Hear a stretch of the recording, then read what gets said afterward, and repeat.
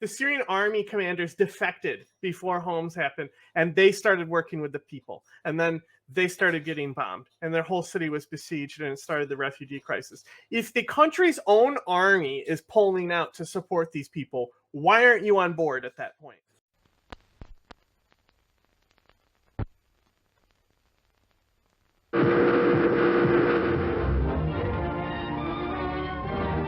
This is the U.S. intelligence agency, mind control. Evolved, devolved over the course of really a little more than a decade now in terms of Syria. Right. Well, Syria has been, the United States and Syria have been at each other's throats for a long time. Really, it goes back to 1948 and the war, Israel's War of Independence in Palestine, in which Syria joined and supported the Palestinians and joined. You mean the war that America didn't support Israel in? Based. Israel didn't have any support in that war. That's right. It was literally Israel against everything, right? Look, there's multiple wars in the beginning. The important thing to know is that it was mostly Egypt and Syria, okay? And, like, they continually got bodied, basically. Depends on who you ask. Like, there's a lot of people who say that technically Egypt won because all they wanted to get was their land back, and they immediately forced Israel into a deal. Even though, to force Israel into that deal, they set their troops up where it would be the only perfect time in history where a tactical nuke on land would have been a perfect move. Only time in history. That's how bad Egypt set themselves up. And like, so there's the Herman Khan, who's a psychopath, right? Because it's like the guy who Dr. Strangelove is literally based off of, right? It's a total psychopath who basically thinks that mutually assured destruction is impossible, so we shouldn't be afraid of it anyway, because humanity will survive after. Okay. And he's one of the guys where it's like you only calculate people by numbers, basically, right? Well, There's how millions of people. Yeah, dude. So, I would imagine that would classify as a Machiavellian. But like James, who we have on, that's the main school of thought he comes from, is that type of analyst where you're only seeing people as numbers. You don't see, you try to like take morality out of everything, right?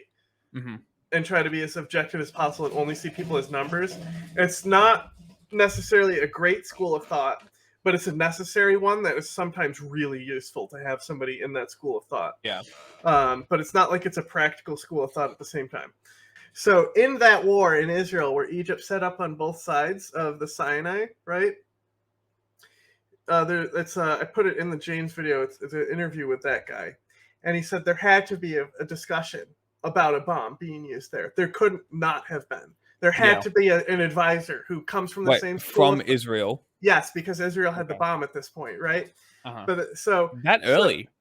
Yeah. Well, no. This is like the latest war that happens in the Egypt war. So it's the one that the Egypt gets Sinai back, right? So to get Sinai back, they spread their forces out across that entire landscape. So the Egypt took both sides of the Sinai. So a lot of people who are Egyptian nationalists will say that they won this war with Israel because the goal was to get the land back that they had. Okay.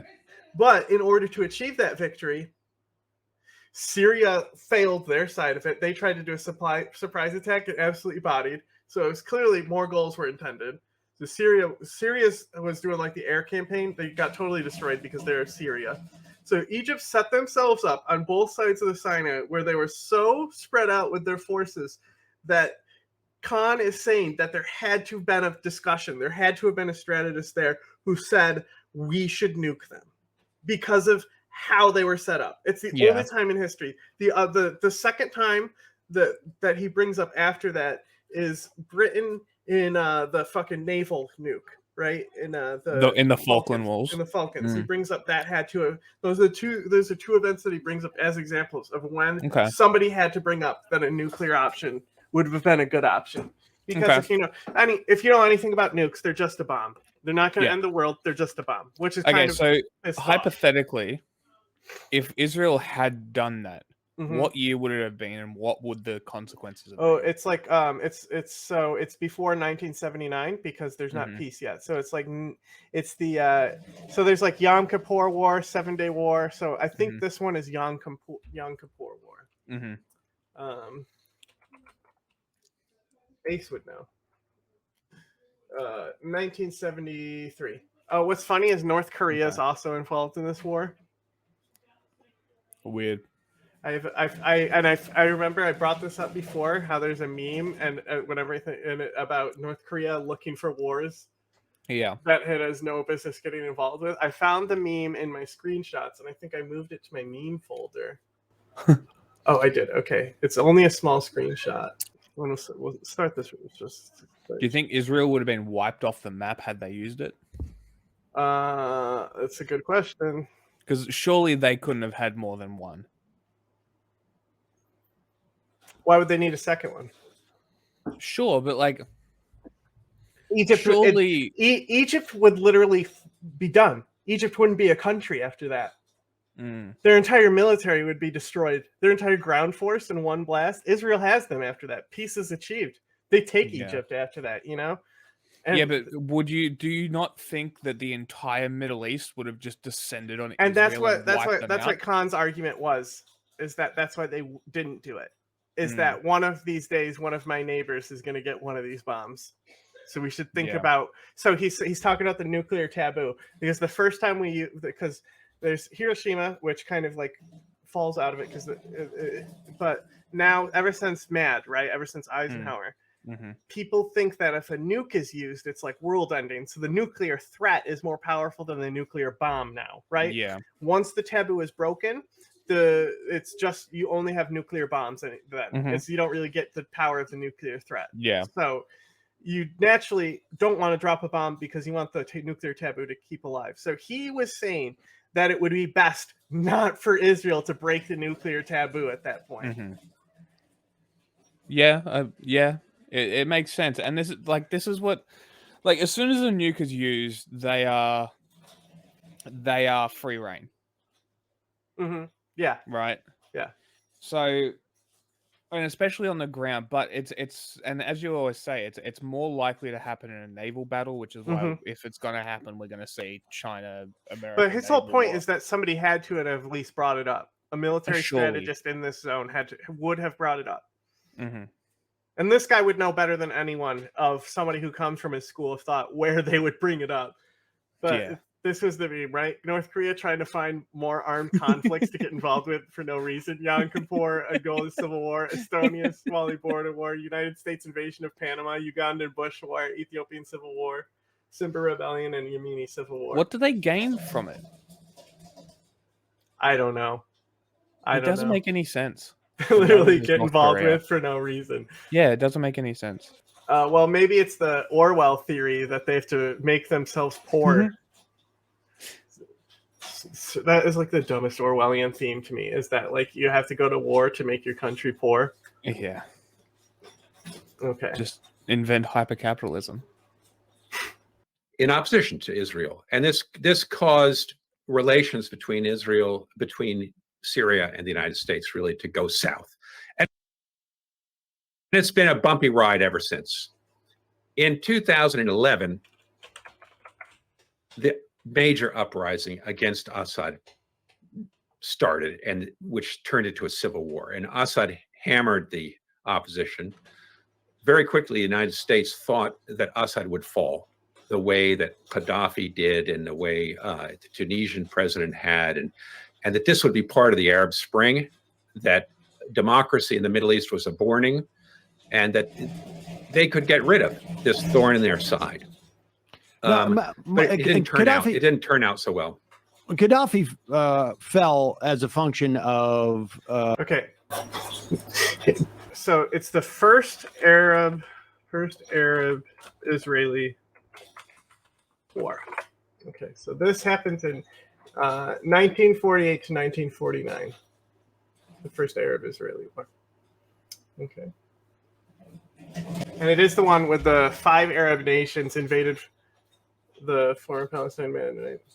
So it is with the 5 nations. All right, let's bring up the Wikipedia, see who's because it tells you who's on each side, right? Is America on this side? Where's America? Is America backing this? Where's America? I don't see him. I didn't see him either. Interesting. Not the best source, but just because it's really good for analog information to summarize stuff. But if we go here, right? So there is a change that's recognized in 1946 here. On September 1946, the United States recognized an independent Syria. Interesting. That sounds like, kind of good relationships to me. Let's see who this guy is now. Wadsworth, U.S. diplomat, American Academy of Beirut, and first ambassador to Syria and Lebanon, a political move that strengthened those countries against claims by France. Okay, so America at this point that he's saying that relations went wrong, what's going on here is that this is like the Suez Crisis era, right? Where they came in and they told Britain and France to get the fuck out of the Suez conflict, right? Because everything that has nearly ended the world multiple times and stuff, it all comes from this European idea where it's like, this is mine, that's mine, right? So it's so funny that like Assadists think that America is the imperial force when they're the ones who came in here, weren't siding with Israel at all in this conflict, didn't really give a fuck about it. They're specifically going to Lebanon and Syria and saying, we're recognizing you against France. Fuck the French. Who was working with the French at that time? Israel. Who gave Israel their nuclear abilities? France. The French. What? This is your fucking guy, Sam Seder? That's how he fucking opens his fucking statement about relations with Syria? Literally the opposite of what reality is, according to Wikipedia. If you really want to fact check it further, go ahead. Bro, one newspaper described him as the Johnny Appleseed of golf courses. He worked at Jerusalem before this. We literally pulled this guy from Jerusalem and started making him work against, like, that was his job. He went home after his, like, job in Jerusalem, and they're like, you're going back out there, and now you're working against them. It's so funny. Okay. This video is called Why Obama's Syrian Assumptions Were Very Wrong. That's an easy one-up that I could do all day, but we're not off to a good start. We're getting not basic history, it's pretty advanced history wrong. U.S. Basic Middle East history. U.S. and European. Because we're talking about Gaddafi and we're saying the word U.S. here. Let me just go back. See what we're doing. It didn't turn out so well. Gaddafi fell as a function of U.S. U.S. France. It was France. Again, France is the bad guy. Again, you're blaming the U.S. where you should be blaming France. That's 2 strikes in the first 2 minutes of the video. Not good, guy. No. And European bombing. No. France. Not just European. Say French. On some level, right? I mean, right. essentially. You're right. On yes. some level. And so when in 2011, there was a very strong sort of like a... Here we go. This is this whole rumor that Putin and Assad saw the video of Gaddafi being stabbed to death in the ass, and it scared them so bad that they'll never just willingly give up power. Shut the fuck up. Gaddafi responded the exact same way that Assad did, except the difference was we actually stood up to genocide there, and like France are the ones that really went over the line. But like the main point is that the coalition was there because we were standing up to genocide. We did the opposite of what happened in Syria. We stopped letting people die. That's it. Assad didn't start his genocide because he was so afraid that he was going to end up like Gaddafi. Gaddafi was the same guy. He would have done the same thing Assad did if we let him in Benghazi. بيت دار زنقة زنقة فرد neocon push Okay. to arm the Syrian rebellion, Yeah. I guess. Imagine if we armed him before the fall of Homs, which is like our first episode of the podcast, which isn't all that great, but we talked to somebody who was involved in the fall of Homs. It was there. So it's basically the first city to be besieged, right? Imagine if we got behind him there. You know who got behind him there? The actual Syrian army. The Syrian army commanders defected before Homs happened, and they started working with the people. And then they started getting bombed, and their whole city was besieged, and it started the refugee crisis. If the country's own army is pulling out to support these people, Why aren't you on board at that point? When a peace with Russia, they need access to their port. Like, we baby Russia, and like we let them continually do their fucking imperialism. That we let them commit this fucking genocide with sarin all over a fucking port in the Mediterranean. What was problematic about that was being able to tell the different factions associated with that rebellion. No, there was only one faction at Homs. That's when you were supposed to back them. All right, you're confusing it with when we get to Idlib and Daesh rises. This is 2011, Sam. Keep up. Were some who were ostensibly pro-democracy forces, and others who were more, I guess, militant Islamist. No, al-Qaeda did not exist in Syria. The most hardline Islamist were in Del Zor, and they're Muslim Brotherhood, right? And at that point, Muslim Brotherhood had already been like persecuted by Assad and pushed out of the country. A lot of these guys are already on asylum to the west who are in MB, but they still existed in like those upper territories. And ironically, those places are kind of like on the line with like the Kurdish democracy and stuff. Like they're right along the lines where some of these Muslim Brotherhood territories are in the Kurdish areas, and those guys now fight for the Kurds, which technically means they fight for Assad. Groups. And so when did we start? Literally, bro, it's 2011. It's a pro-democracy movement, right? It's still the Arab Spring, right? It eventually stops being associated all with the Arab Spring pro-democracy movement, but we're still there. We're still there at this point. Come on. Actually, like, physically engaging in that conflict. Right.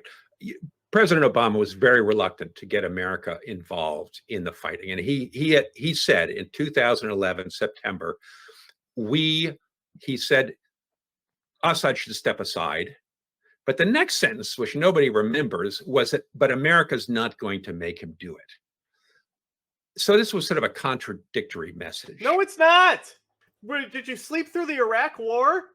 Of course America is not going to be like, we're not in the business of toppling dictators. We already made that mistake this fucking decade, bro. Was emblematic of Obama's administration's policy towards Syria. They wanted Assad to fall. They hoped he would fall. No. They said Assad must go. They said they were like, hey, Assad, please don't, because we really can't do anything.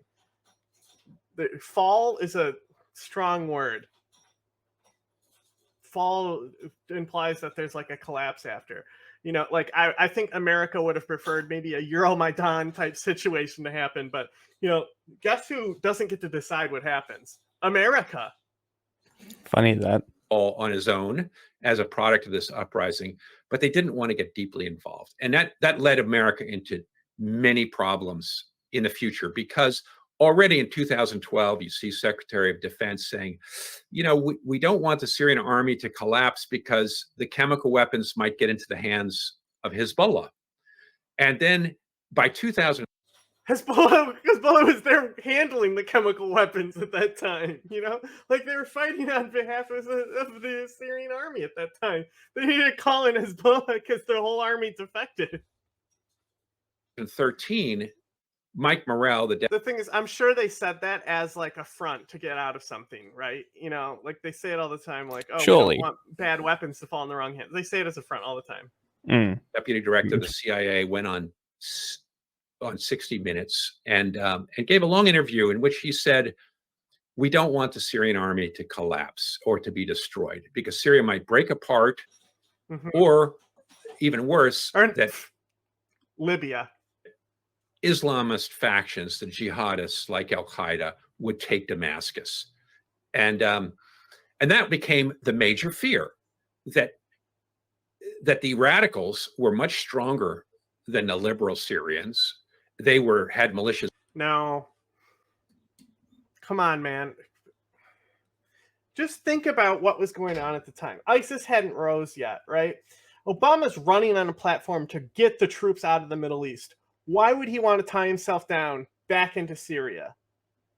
We weren't concerned about extremists at this fucking time. There was no sign of al-Qaeda in Iraq anymore. We killed them all and imprisoned them all. It was dead. Extremism was dead. I mean, not dead. In comparison to what came after, you know, it was pretty fucking chill. We were looking at getting out of the Middle East. On the ground, they knew how to fight. They'd had experience in Afghanistan and Iraq, and that they were going to win. So America turned really around and didn't want the army to fall. They wanted Assad to leave, but they thought the army might come to America for a deal if they weakened it enough. Oh, yes, that's how it works. The army always fucking stays when the government leaves. But they didn't want to collapse. And Mike Morrell, deputy director of CIA, said at the end of this interview, he said, we don't want the army to collapse because that would be we're going to need the army to destroy al-Qaeda. We've had to hear this point. And that's the assessment of America. So America gave money to the opposition, gave arms to the opposition, wanted to weaken the Syrian army, but thought the Syrian army would come to America for a deal, and it didn't. Ultimately, the Russians stepped in 2000. Okay. First of all, when they're saying come to America for a deal, think about how coups happen. They kill Assad, right? Or just tell him he has to leave, or hand him over to The Hague, like they did with Omar al-Bashir in Sudan, right? And then you turn to a state power, Russia, America, after that, and you help support him. I mean, you look at like that's how it works. That they would take Assad, and then maybe the army would turn to us instead of Russia after. That would be cool, right? In 15, because if that happened, we couldn't be like, we can't militarily take the port from Russia. It's an escalation of war. But like if the Syrian army like overthrew Assad and was like, actually, we're going with America, that would have been so funny. It would have been. It would have been very funny. It would have spawned more CIA coups. Yeah, but you know what it wouldn't have done? We would have not seen chemical weapons and barrel bombs used on civilians. Yeah. That actually happened. Yeah. If we stood up to him when the siege of Homs was going on, before Aleppo, all that shit. Yeah. Went to the Russians. They didn't go to the Americans, which was logical because Russia was their major. And I think America actually sighed a sigh of relief when the Russians entered in. They didn't say that, of course. They clucked at their tongue at the Russians, but I think they were worried because ISIS by that time had become the dominant Islamist faction, and it was at the doors of Damascus. And had ISIS taken Damascus, it would have been devastating for America. So, would it though? I mean, ISIS controlled a lot of territory. Guess who wasn't needed to come in and go full force on the ground to destroy them? Right? Like literally like militia groups in Syria and Iraq were able to fucking destroy ISIS. Like they had a lot of fucking logistical help from America, but America doesn't come in until like February 2014 or something. Right? I think that's it's the siege of Kobani. Like breaking the siege of Kobani is when we first like gave them authorities to like call in actual airstrikes. Yeah. Where we trusted the Kurds enough to call in actual airstrikes. We had already been working with the like whatever they're called, the Lion Force, the Gold, the special ops in the Iraqi army. They're called something. They're really good though. The Iraqi. Well, they're good at killing terrorists. At least is what I should say. So, like, we were already working with them, already giving them air support, and we technically already gave the PKK air support at the start of the Yazidi genocide and the massacre. We bombed. And the only reason we came in with bombers is because basically the PKK was already setting up evacuation corridors. Well, like Obama wasn't acting on that either, and he should have been a lot sooner. The PKK came in because America was failing to do something about it, and they weren't going to allow people to die there. No, that's fair. So technically, we'd already bombed targets for them and done clandestine missions, but that's when we start partnering with them in February, and we're able to just completely destroy ISIS without deploying a mainline force to Syria to combat them firsthand, and Iraq, Syria and Iraq. It's not like any of those cities were taken by U.S. forces in either territory. So I think Russia then and America had a division of labor. America decided we're not going to worry about Assad anymore. We're just going to uniquely go after ISIS. And we dumped the Syrian Sunni opposition that we had been supporting, and we armed the Kurds. And we became partners with the Kurds, Based. who are our proxy military and still are today. We still own 30% of. No. None of that was correct. Who is this fucking guy on your show, dude? Not a good source. This is the thing. Sam doesn't know shit about foreign policy. That's the thing. He's so good at debating and a lot of like progressive things. Like he's so knowledgeable on so many things, but this type of stuff. Okay. Let me just back that up because I was getting cookies while he said it. And we armed the Kurds. It's been devastating for America. So I think Russia then and America had a division of labor. America decided we're not going to worry about Assad anymore. We're just going to uniquely go after ISIS. America never was worried about Assad. They really didn't give a fuck regardless. That's the point, is we should have backed them at home. And we dumped the Syrian Sunni opposition. Yeah, that's not true. No, that's not how it happened. That we had been supporting. We weren't supporting them. And we armed the Kurds. No, that's not accurate either. First of all, the operations that happened between the United States and the Kurds, they earned that shit because of the siege of Kobani. It was one of the most legendary resistance battles. It's like 60 to 70% of the forces in Kobani were women. So this whole notion that we see is like, because the PKK also valued women, right? But there wasn't a lot of women in the PKK. I mean, even in the Syrian forces, there's way more men than women, but still, Kurds lead the world in percentage of female soldiers. During the siege, they have this hill, and ISIS is using wave tactics to take the hill.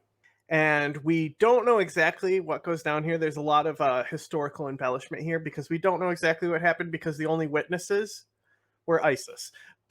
And most of them died. So they need this hill. If you control this hill, you control the most of the city. You know, it's that you still have to go like house to house to clear it. But this hill overlooks the city. It lets you control the entire district, allows you to begin a siege. So the now current general of the YPJ who led the final assault on Raqqa, she's there, and she's with this other fighter. I forgot her last name, but it's Erin. And the current general who would lead the siege on Raqqa, she's injured in this fight. So they make the call to retreat and fight another day because like this is like they're on the command post. These are obviously like high-ranking people. Well, they're all PKK as well too. They're not YPJ at this point. I mean, they're technically YPJ, but they came directly from the PKK. And Erin was a child soldier when she joined. She was like, we know she was underage when she joined. Interesting. Yeah. She was at least 16, probably 17. As we see many times, we see this: the commanding officer in many of these situations stays behind to hold them off while his forces retreat. You know, I mean, a guy got a Medal of Honor for this in Afghanistan. You know, it commonly happens. That is a commanding officer. So she's holding this hill, and we just know that the assault ends with her like taking like a bunch of explosives and grenades and suiciding herself with explosives because she wasn't about to be captured alive. Now there's like, well, it took out hundreds of people, blah, blah, blah. We've also heard that she takes out a tank, like she got underneath a tank and then detonated underneath the tank. So we don't know how many people. We just know that like the retreat was successful and she blew herself up.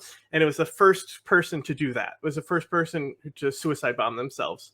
And it became a thing with the YPJ is that they would always, there was another fighter who then did it to avoid being captured, that they would suicide themselves instead of being captured by ISIS to be like sex slaves and shit. Yeah, I mean, that's fair. Yeah. So this immediately fuels Turkish propaganda that they're just as bad as ISIS, that they do these suicide bombings and stuff. Yeah. Because they're PKK terrorists and stuff. Mm-hmm. But while the general was injured, another woman comes in. She becomes commander of all the forces and leads the resistance on Kobani. Mm-hmm. And her unit, it's entirely covered by cameras. A documentarian is there the entire time filming the siege of Kobani and this woman who's leading the forces. And by the end of it, she takes the hill back. Right? So it starts in November, ends in February, the siege of Kobani, I believe. Yeah. So there's now a statue in Kobani that's for all the women fighters, but it's specifically considered for Erin, who gave her life in this fight. Yeah. because that sacrifice then led to them beating Daesh, because technically the person they saved led the war on Raqqa to assault their capital. Huh. But this woman is like calling in F-16s on this documentary. You can see her calling in airstrikes, and she's like meeting with soldiers, and the soldiers are like crying in her arms because like their friends died and stuff. Yeah. And so the whole fact that like this was the first time, not only you look at a patriarchal fascist like Daesh, the fact that it happened too. So there's like these stats where it's like almost like their kill to death ratio is like 100-1, right? It's mainly because Daesh uses human wave tactics, but it works. They capitalize on this propaganda, and it's one of the biggest propaganda victories that the Confederalists have ever had is the Siege of Kobani being liberated. But realistically, the main reason they were able to lift that siege is because of our bomb. But we don't take any credit for it. It's all them. We take no credit in what happened there because we don't care. And it took a while for us to get into the point where we let them call in their own airstrikes, because you have to keep in mind Turkey's a NATO ally, and these people they were YPJ at this point, but they literally used to be PKK like a year ago. They didn't even have like fatigues at this point. Like this is how far back in the YPJ it is. So, and then the other thing, as far as like the factions that we stopped backing, and the Syrian factions that we stopped backing, we basically gave them nothing to begin with, for starters. And then that's why al-Qaeda came in, because they needed somebody to back them. And al-Qaeda had the money and weapons. And that's what it causes al-Qaeda to come in before ISIS does. And we became partners with the Kurds, who are our proxy military and still are today. We still own 30% of. No, they're not they're not a just proxy. leave it. Everyone knows this guy's a fucking Syrian idiot. territory. And we left the Russians and Assad to go after al-Qaeda and the rest of Syrian opposition, including those militias that we had armed and trained. And so that, what mythical creature is this guy? Oh, well, I was already thinking this, right? You must have known you were wrong when your fingers were dipped inside me. I want you to watch how he talks. Watch his mouth, right? and to Assad winning, and it's where he is today. And just to and to clarify too, when that shift happened, and I imagine these were, some of these were lessons from the Iraq and how we had disbanded the Ba'athist army, and that created, in some respects, it created a new enemy for for both the United States within the context of Iraq and for the rest of Iraq. And there's no doubt de-Baathification was a mistake, but it's too over-exaggerated. It's fine if that's all you want to understand is de-Baathification was the big mistake that led to the Iraqis turning against us. Mm-hmm. Like, really, if you want to really critique America, it's not just the de-Baathification. It's shooting parents who want their children to go to school in Fallujah. That's what turned the Iraqi against us, not the de-Baathification. But so when we decided to stop arming the Sunni uprising in Syria, when did we insert Sunni uprising? It was a democratic uprising. Troops. I mean, the troop numbers, if I'm not mistaken, are somewhere a little bit below 1,000 troops. Right. That's what we're told. And there's a lot of contractors and others. We just had the Iranian supported militia in Syria sent we don't know if it was in Iraq, actually, sent a drone and killed one American soldier, or wounded an American soldier, killed 5 contractors. So are they talking about the strike in, was it Idlib? The one that hit in the middle of the city? Mm-hmm. So you see how his mouth moves? It's almost like it's like the Slapjack show. You'd see characters of that where it's like all teeth, right? Yeah, like the Chatterer from Hellraiser, where he's all teeth, right? And also, it looks like he has way too many teeth on the bottom row here. It does. He's a skinwalker. It's something. It's like the skeletal man type, like he looks like he might be Irish too. So what are they called? Draugrs, you know. So which are technically ghouls. So he's technically still a ghoul, but he's like an arch class, like, you know, specific build, a specific ghoul build. Also, Assad's a ghoul. So anyone who like is pro Assad, like this guy clearly is a ghoul. A lot of the people working there are contractors, and I assume military people as well. And do we know the numbers of contractors that we have deployed? We don't really. You know, people are guessing that there's around 2,000, possibly. Okay. But there's about 1,000 American soldiers. That's usually the number that's given. Mm-hmm. And then, so it's not a lot. How many of those soldiers are also Green Berets that are mainly there to train the Kurdish forces? Like, I'd probably say most of them. Well, we do protect the oil fields and stuff, and that's what the Assadists love to say. Like, Parmesan girl, that's all she talks about is how the U.S. is there to control the oil. We're not I mean, the Kurds sell that oil themselves to sustain like their counterterrorism shit. Bro, if we really cared about the Kurds and were invested in the Kurds, you think we would probably get involved with the trials that they announced of foreign fighters that are going to be tried? The ISIS fighters. Yeah, because nobody, they appeal to the U.S., they appeal to the UN, nobody cares. Because they just want them to go through and kill all of them. They could care less. And we have this big Kurdish-led military, the Syrian Democratic Forces. They were named by America, needless to say, and they are staffed. The upper echelons are staffed largely by Kurds who look to America, who hope to gain, if not a great deal of autonomy, perhaps Kurdish independence. They call the region Rojava, which means Western Kurdistan, and they're the fact that Sam is a so-called self-established leftist, and this like I haven't seen anything about the support of Rojava. No pushback. And this is the first thing I've seen anything about Rojava on the show is this fucking guy. Yeah.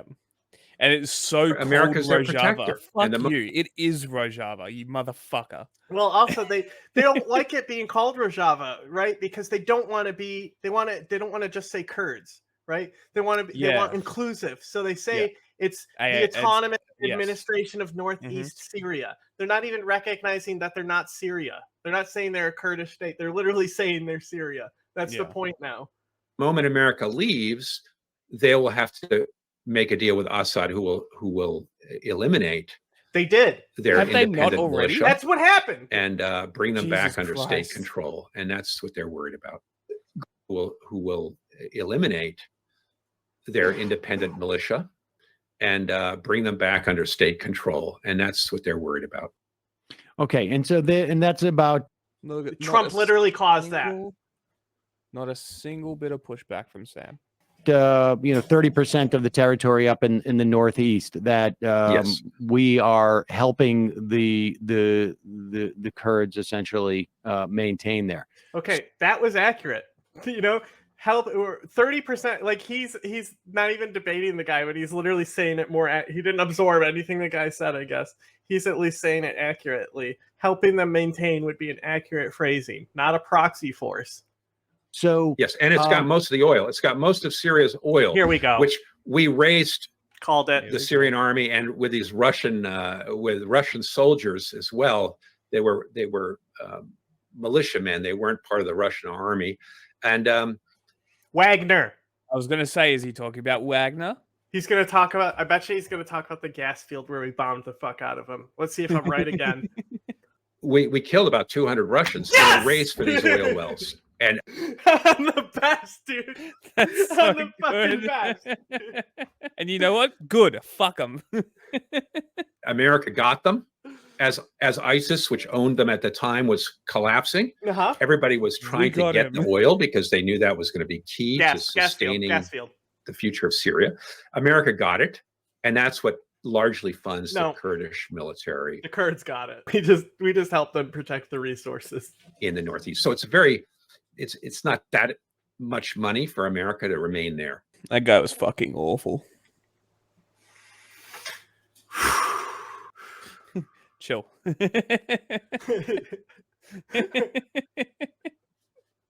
It just makes me so mad. It makes me so mad. These fucking ghouls, man.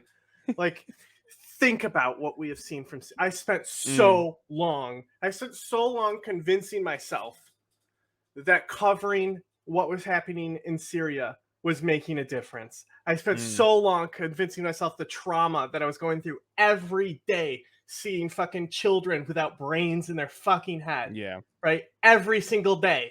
None of it mattered. Because America is not the country that even these people who are against neocons, it's not even what the country that they envision it to be. We don't help anyone. We don't help these people. No. No. We should have. If we were really the America that we portray ourselves as, we would have been in homes giving those people AKs, and we would have done it under the table through Israel, because how did we arm the Mujahideen? Same way. Israel is already bombing Assad. Nobody talks about this. Israel bombs Assad constantly. They bomb his ports constantly. Like, almost daily, they're bombing Assad. They don't give a fuck. Well, they don't have to worry about public opposition.